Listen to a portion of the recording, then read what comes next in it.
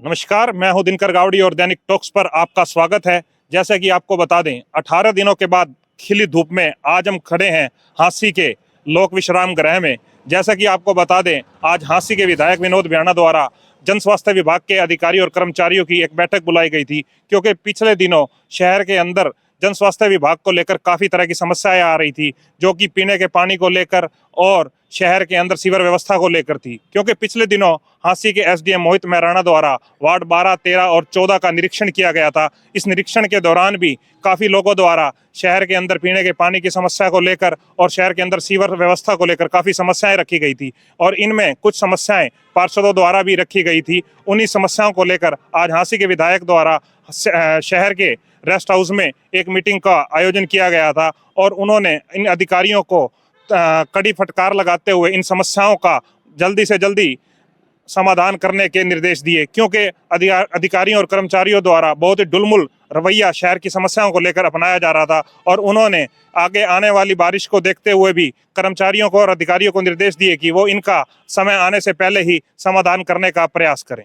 ये जानते हैं हांसी के विधायक विनोद भ्याणा से, उन्होंने शहर की समस्याओं को लेकर मीटिंग में क्या क्या निर्देश दिए। आज मैंने विशेष तौर पे, क्योंकि पब्लिक हेल्थ के विभाग की काफ़ी समस्याएं मेरे सामने भी आ रही थी और हमारे एसडीएम साहब ने भी पीछे 2-3 वार्डों का दौरा किया, तो मैंने अखबारों में भी पढ़ा कि जो एसडीएम साहब ने दौरा किया तो सबसे ज़्यादा समस्याएं पब्लिक हेल्थ डिपार्टमेंट की, इनको शिकायतें आई इनके पास।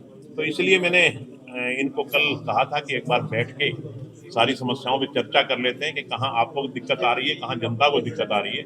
उन समस्याओं का समाधान करने के लिए ही हमने आज पब्लिक हेल्थ की मीटिंग बुलाई थी, और एसडीएम साहब को भी इसलिए बुला लिया था क्योंकि इनके पास भी काफ़ी शिकायतें थी जनता की कि भाई कहाँ कहाँ क्या क्या समस्याएं हैं। तो सारी समस्याओं पे हमने डिटेल में डिस्कस की है, और हमने प्रयास किया है कि आने वाले दिनों में 10-20 दिन में इन समस्याओं से जनता को निजात दिलवाई जा सके, इसीलिए मीटिंग की। सर, पब्लिक हेल्थ के कर्मचारी समस्याओं को लाइटली मूड में ले रहे हैं क्या?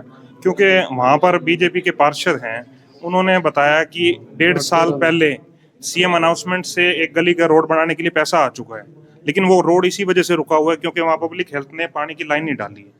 और उसको जब उनसे एसडीएम साहब भी उन जई से बात कर रहे थे, वो बहुत ही लाइटली मोड में उसका जवाब दे रहे थे। ऐसा है दिनकर जी, वार्ड 13 की बात है सर। हाँ मैं समझ गया, मेरे को पता है मेरी शहर की एक एक गली के बारे में कहाँ क्या समस्या है। मैं हर गली के बारे में, हर समस्या के बारे में पूरी तरह से वाकिफ हूँ।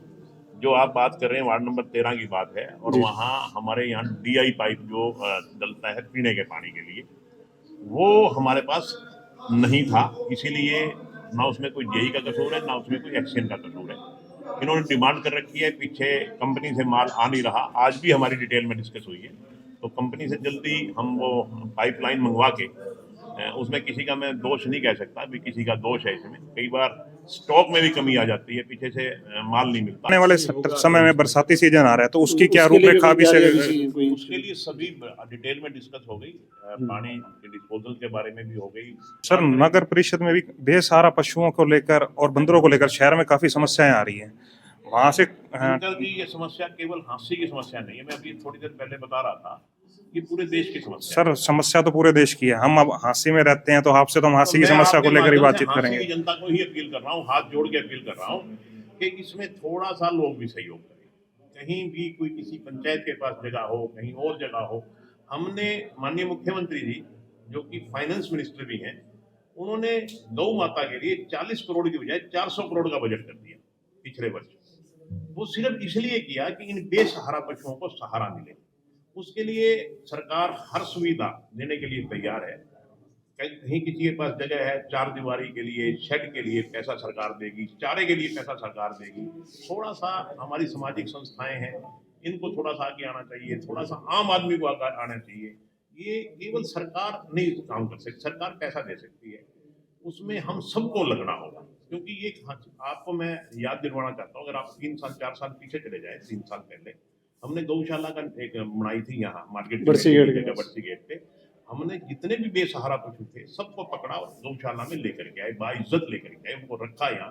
और एक समय ऐसा आया था कि हांसी शहर में एक भी बेसहारा पशु बाकी नहीं रहा था। ये आपको हांसी की समस्या, अकेली हांसी की समस्या होती तो हम उसका हल निकाल लेते, मगर क्योंकि ये आसपास हम अगर पकड़ भी लेते हैं, इनका इंतजाम भी कर लेते हैं, तो बाहर के लोग छोड़ जाते हैं। अब किसी के साथ लड़ाई तो कर नहीं सकते। तो इसलिए मेरा तो निवेदन यही है कि न केवल हांसी के लोगों को, मेरी तो सब लोगों से अपील है कि आगे आकर के सामाजिक संस्थाएं भी आगे आए और मिलजुल कर इसका समाधान निकालें, अकेली सरकार के भरोसे ना छोड़ें। एक मैं विशेष बात जो मैंने अभी बताई भी है, शायद आपने नोट की है कि नहीं, हमारी नहर कैनाल, ये जो है यमुना कैनाल है, हमारा पानी आता है, ये नहर पेटवा डिस्ट्रीब्यूटरी 42 दिन बाद पानी आता है, जिससे हमें कई बार मई जून में आप देखते हैं कि पानी की राशनी करनी पड़ती है, टैंकों में पानी बहुत कम होता है, मई जून में खपत बढ़ जाती है, स्टॉक होता नहीं हमारे पास।